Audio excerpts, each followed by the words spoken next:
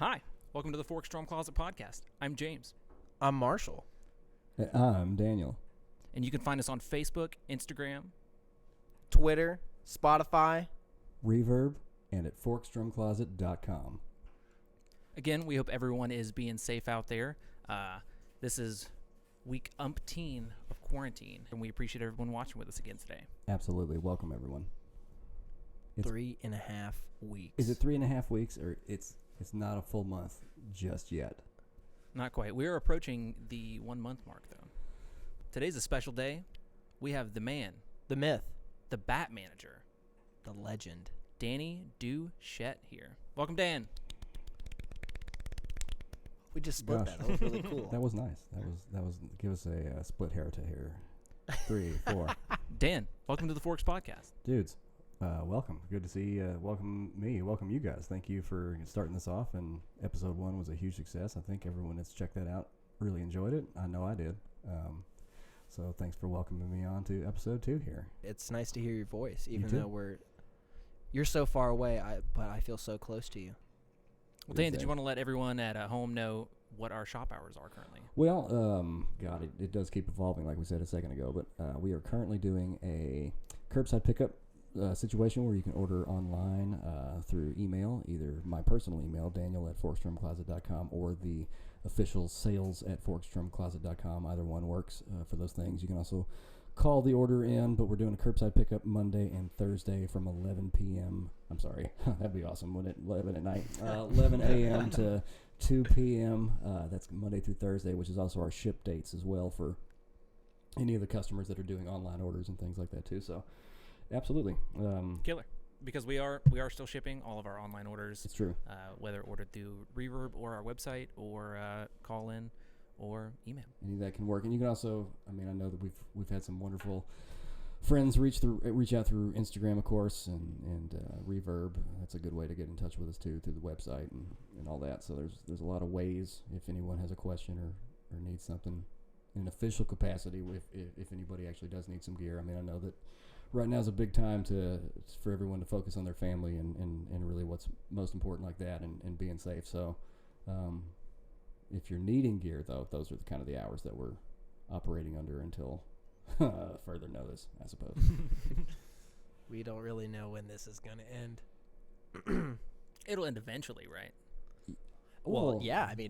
Everything's going to end eventually. Eventually. There's an infinite amount of number of light years out there in space somewhere. There's an asteroid with our name on it for sure. So it's just a matter of time. But yeah, no, this is going to definitely be over sooner than later. I think we're all very excited about that, and it'll be awesome to see everyone's face again in person. All of our friends out there that I know that we've all missed. I know you guys have too. It's interesting just being on a chat like this with you guys. This is more social interaction than I personally have had in more than several days. So. Definitely. Right. It's been almost a full month since we've seen you in person, Dan. That's what I'm talking about. So it'll, just that first initial burst, I think, of people itching to get out of the house. You'll see a lot of people going here, going there, places they all know and love, and it'll be good to see our friends and our extended drum family again too. I know you guys feel that way too.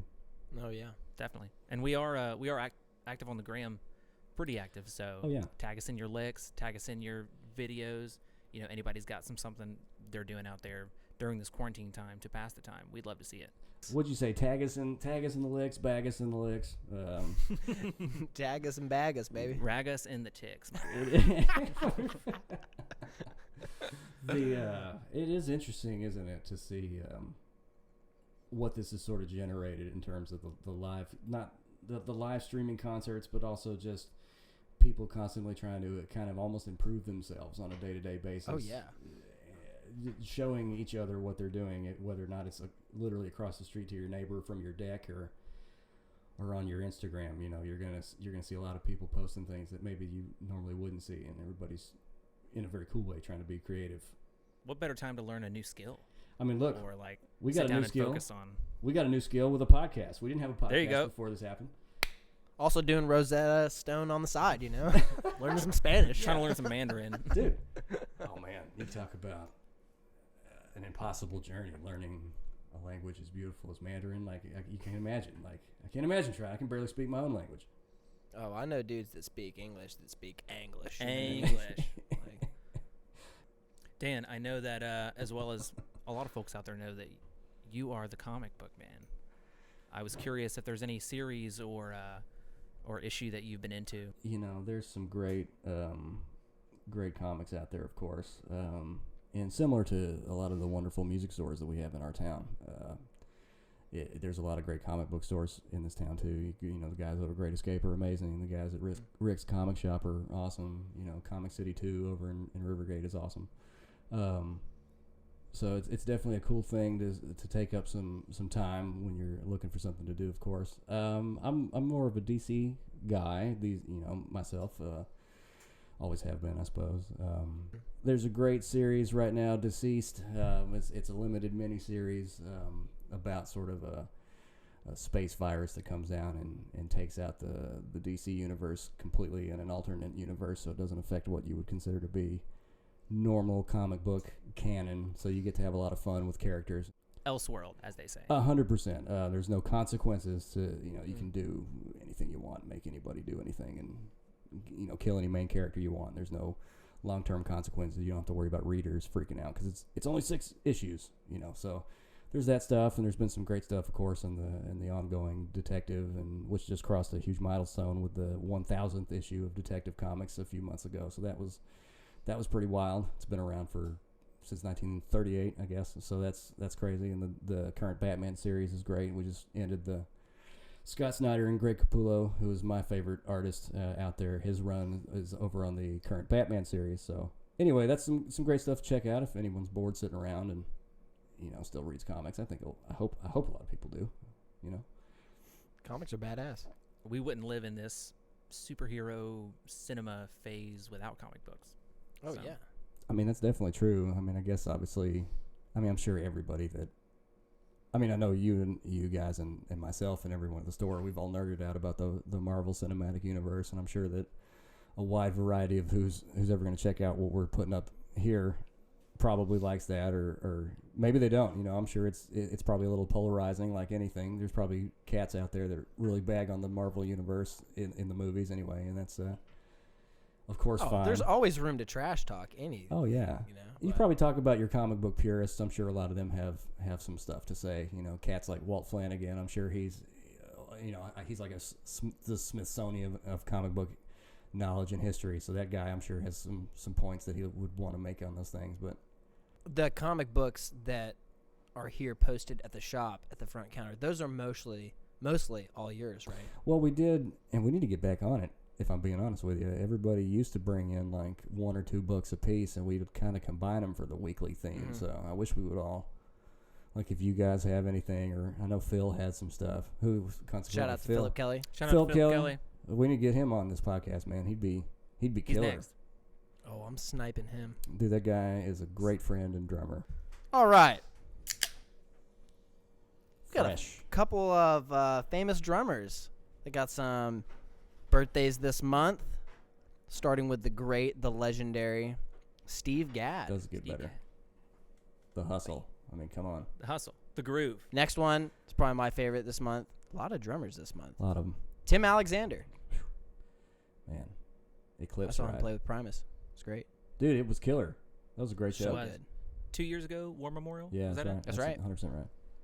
Great show. Yeah.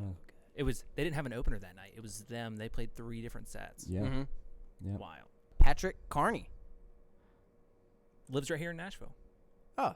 Did he just move here? Next one, I know it's a lot of drummers' favorites. Matt Chamberlain. Absolutely. April 17th. Mike Mangini is on April 18th. The Wicked Piston. Dude, we had a clinic with Mike Mangini. Ripping. Sweetest guy you can imagine. He's a wild boy. You seen the sticks he used, man? Those sticks are huge. Powerful. That guy kills it. It's great. And he's ambidextrous as well. Epidextimus. Right, on 420, the one and only Mike Portnoy. I mean, that's a historic figure, man. You're talking big drum set scientist. It's kind of funny that they're both only 2 days apart. Mangini and Portnoy. Well, the mics. Great mics think alike. I love that. And last but not least, Animals as leaders, pioneer of rhythmic, exploratory beat displacement. Does it get better? Matt Garska. Yeah, we had Matt Garska and the whole Animals Leaders crew in here. Sweet boys. How long ago was that? Was that about a year ago now? Well, they came in twice, though. They did. They came in at the old shop. At the old shop, that's right. Very accommodating fellas, man. They really took the time, and they were awesome. True professionals. For sure. Yeah, I was realizing earlier, gentlemen, that it sounds very official when you... Let me just take a look at my sheet. I gotta straighten these. Yeah. I have an important document that I need to file real quick. We have important documents here. We've got documents here.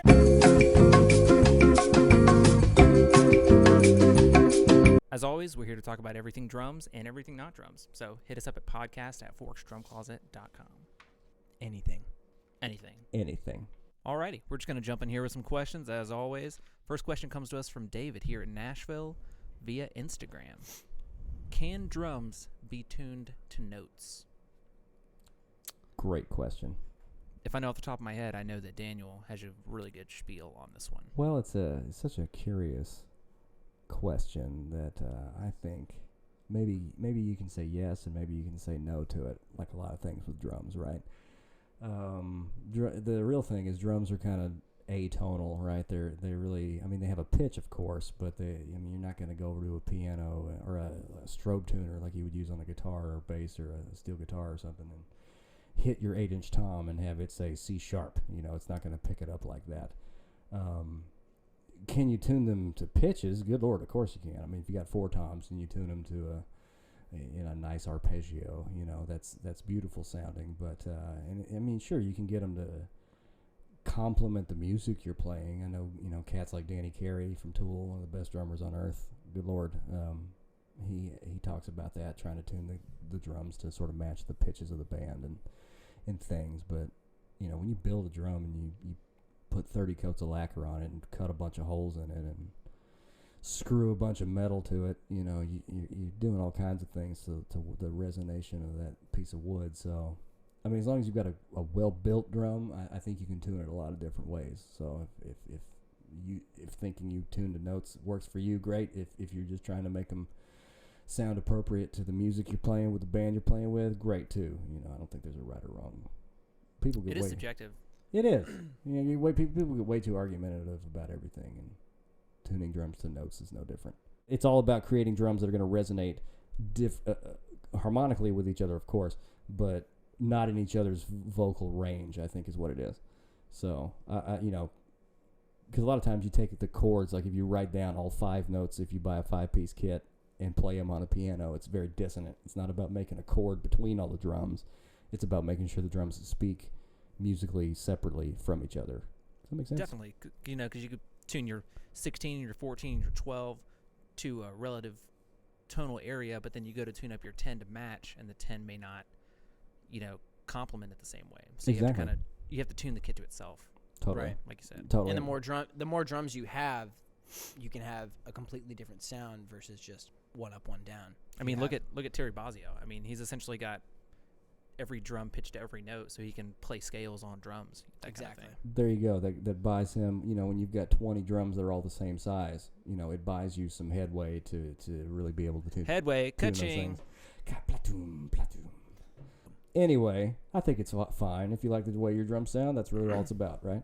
That's what it's all about. Yeah, that's it. That if you spend more time trying to tune it to a note than just playing the drums in general, man, I think you're missing the whole point. But, hey, if that's your point, like if you get off work on a Friday night and you go, man, I'm going to go tune my drum set for 9 hours straight. Cool. If that gets you going, do it. Some people, I was playing Super Mario World on Super Nintendo the other night for 2 hours and because I wanted to. And so, yeah. You spend 9 hours tuning up your kit.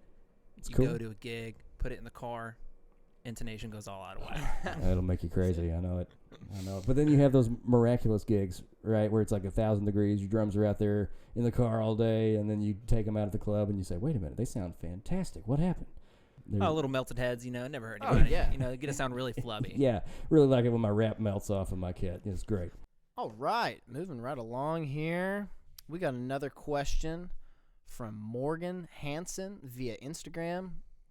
Do you guys have any insight into being a working drummer / musician outside of a music hub, or how to make musical friends when moving isn't an option? Really good one. That's a good one. Marshall, both you and Dan are Nashville natives, correct? Yes. Mm-hmm. Yeah, but you've had some great success though, man. I mean, you've worked really hard. You've kept your nose clean, as they say. Sure. I mean, you've hustled a lot, man. You've played with some great bands the past couple of years. I really appreciate you saying that. Thanks, dude. As someone who did not grow up inside a music hub, it's tough. When I was back home, I'm from Savannah, Georgia originally, and there's a music scene there, but there weren't a lot of players that were trying to start new bands that I was trying to get into. And Nashville just seems so much more appealing to me just because there is such a variety of players. There's such a variety of projects you can do. You know, you can play in original bands, you can play in cover bands, you can play downtown, you can go on the road. You know, there's just so many options here. But for someone outside of that, outside of a music hub, I mean, it seems like social media really has given us the biggest advantage as far as meeting people, you know, with stuff like Jam Card. You know, Jam Card just came out a couple years ago now. And, I mean, especially in this quarantine time, reaching out via social media seems like the best way.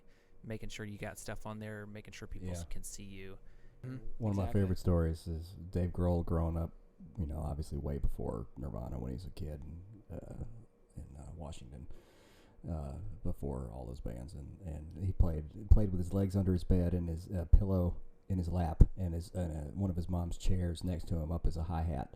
And that's like how he's learned how to play drums is bashing a pillow in a chair in a bed, you know, and that's awesome, you know, and obviously he's one of everybody's favorite rock and roll drummers. So that's cool. There's any way you can do it as long as you're doing what you want to do, like you were saying. Just shake hands, kiss babies, man. Act like you want to be there. That's what it's about, because you're gonna end up on a bus or on a gig with somebody, and you want that person to be your friend, and they want you to be their friend. I mean, that's who they're gonna call when they're putting these shows together or tours. Is the buddy who, you know, they had to change a flat tire with in the middle of Kansas somewhere. You know, exactly. so stick your neck out there. You know, make as many friends as you can, and make as many friends that. As awesome as drummers are, make as many friends as you can that aren't drummers, because you know, a bass player or a guitar player is who's going to call you for work.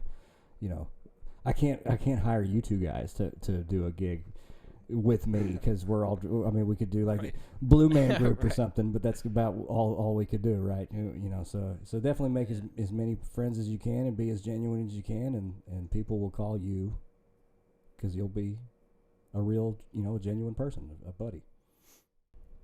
Guitar players call you for the gig. Drummers call you for the party.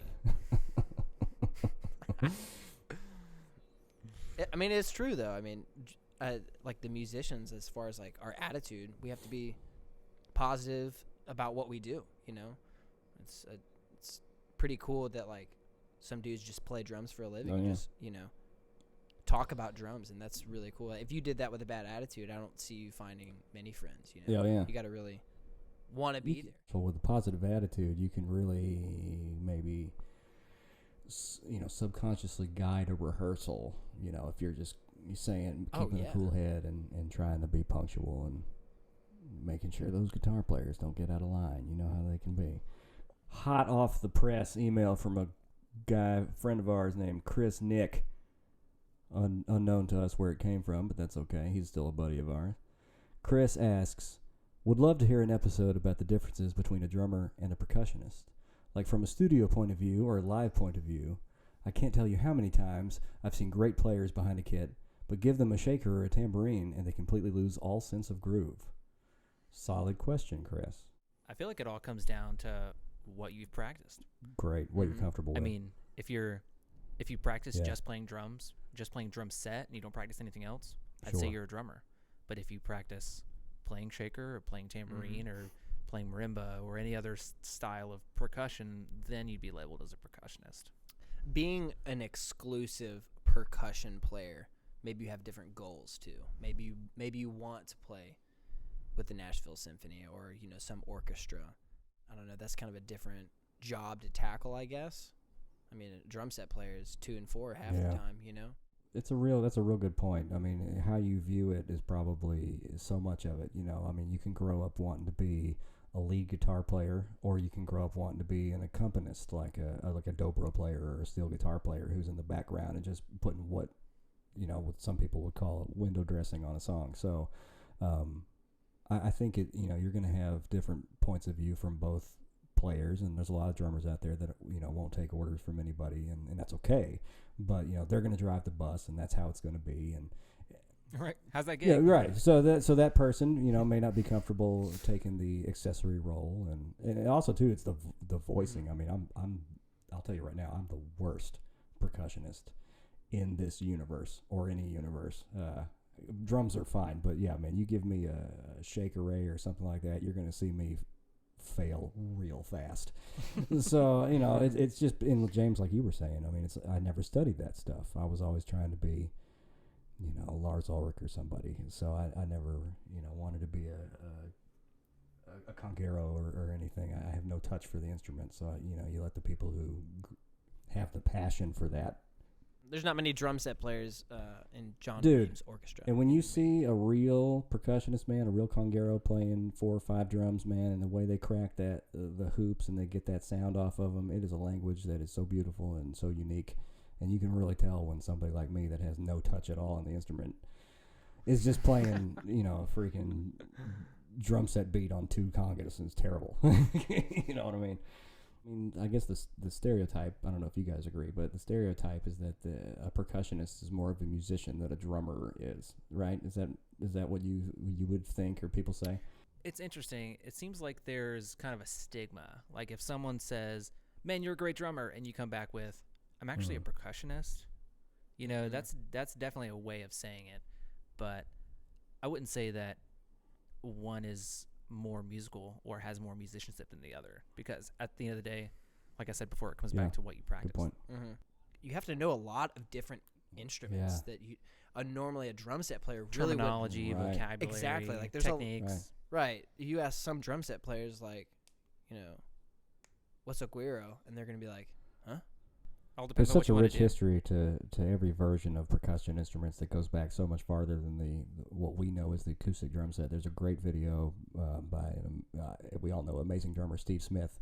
It's an older video. It's pushing 20 years old, but I think it's like God forgive me. It's the history of the drum set in U.S. music, and Steve Smith kind of goes over the evolution of what we know as a modern drum kit over the past 100 years, because it's really all the drum set has kind of existed is relatively 100 years, in terms of a hi-hat and a trap set putting together with tom-toms and bass drums and everything that they used in the 19-teens and 20s and things that evolved into what we know. So hundreds of years of worth of percussionist history and maybe not as many years of drum set drummer history. So check out that Steve Smith video, history of U.S. music or drum set history in U.S. music, whatever it was 20 years ago. It's a very good resource for all that stuff and covers a lot of that.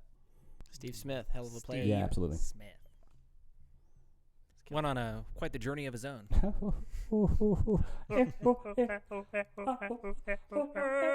Too funny. Great question from Chris, though. That was a great question. Keep sending us your questions. Again, doesn't have to be drum related. No. My question to you boys, I wrote this one in myself. What's the most memorable movie, whether for good or for bad, that you've seen during this quarantine period? I'll shit it off to Marshall. I'm going to have to say 2. I can't just pick one. I love the movie Parasite. It was great. I love that it's in a foreign language and I had to read the entire time. And just the whole story was very, very cool. And I'm a little late to the party, but Social Network was really good. I really enjoyed it. Talks about the how Facebook essentially started. Yeah, right. What he went through in the first few years. And a little bit, it touches on Napster, too, which is kind of funny because now if you can't go buy a CD, you're definitely streaming it. So we've come a long way from that. I just thought it was very interesting. Just like very interesting. It touches up on just where we are now. Is like everyone has a Facebook. Yeah, Justin Timberlake's character talks about how he helped create Napster and how it changed the music industry. Whether or not that company actually worked out in the end, how vividly it changed the way we view the music industry. Oh my these days. gosh, dramatically. It is. I mean, even to what we're doing right now, man. I mean, you and I and Marshall are sitting here having a conversation over the internet, and you guys are in a music store, and I'm at my house because we're playing it safe. And I mean, that alone is that's one extension of so many of the Napster change. You know, it changed everything in terms of how you make music and obviously how you sell musical instruments, like we're doing now, based on all that sort of stuff. I mean, it's crazy. That's a huge thing. I'd love to watch that. Dan, what have you been watching? Oh, dude, we've been working. Well, like you guys have recommended, Star Wars Rebels. I'm working on season 1 of that again, which is great. Get through those, and then we just watched a couple nights ago one of my favorites from when I was a kid, a masterful piece of cinema, if you will, Masters of the Universe, starring Dolph Lundgren and an amazing performance of Skeletor from Franklin Gala. Oh my gosh, huge. I mean, that movie is awesome. It's also first appearance in a major motion picture of Courtney Cox from Friends fame. And if you haven't checked out Master of the Universe from let's see what it is here. Everybody's got the 1987. Yeah, that movie rules. Anyway, what about you, Jimbo? What have you been watching? Man, the one that most affected me though would probably be Togo. Oh. Just watched this movie called Togo. It takes place in Alaska. Willem Dafoe is the protagonist. Shout out to Willem Dafoe. And, man, the OG Green Goblin. But, yeah, he's out there in the Alaskan wilderness, and he essentially runs a sled dog team led by this lead dog, Togo. It was visually stunning as well. I thought it was really killer. Everyone should check out Togo. Excellent. That's a solid recommendation right there. That's a fine recommendation. Fine. I'll take one. I'll take 2. Togo. We appreciate all of our instructors here at Forks. It's a weird time to do some of this. So Nick Laurentano, Steve Eby, Chester Thompson, Jake Burton, all you guys, thinking about Dennis you. Palmer. Dennis the Menace. I saw Dennis pick up a hardware case full of DW9000 hardware in a rainstorm after a drum clinic over his head and threw it in the van, and we all said, whoa. Yeah, we just want to say we appreciate everyone at home listening, whether it's on Spotify, whether you're watching us on YouTube. We appreciate you joining us. Yeah, roast us. You know, tell us what you like. Tell us what you hate. Tell us your favorite movie. Send them in. Know? What have you guys been watching? Yeah, what have you guys been watching? What should we watch? We need recommendations here. Because I'm running I'm on season 4 of Community right now. It's a great show. It's coming to an end, though. Yeah, it is. Shout out to our main boy, Steve Maxwell. He's still putting out videos for Vintage Drums. You can check out his YouTube. I believe his YouTube is Steve Maxwell Drums. Yeah, there's some fantastic information on there. He puts out quality product. I'm parched, James. Do you have anything that could soothe these taste buds? Oh, I got something. We stopped in Madison, Tennessee on the way here today. What it is, cuz. Picked up some Yazoo. Yazoo. Dan, you should have some Yazoo out there. You know, it's a curious situation. I myself stopped at the wonderful Yazoo Brewing Company today in Madison as well, Tennessee. And I have a delicious Cala IPA. Is that how we say this? It's a Cala, yeah. It's actually their seasonal. It's a limited supply. Creamy mint and grapefruit. Again. Ooh, nice. You could sample that one. Let's try this in my Zildjian Sirius glass. My premium quality Gretsch glass. We just want to say we appreciate everybody listening and tune in next time for the Forks Drum Closet podcast.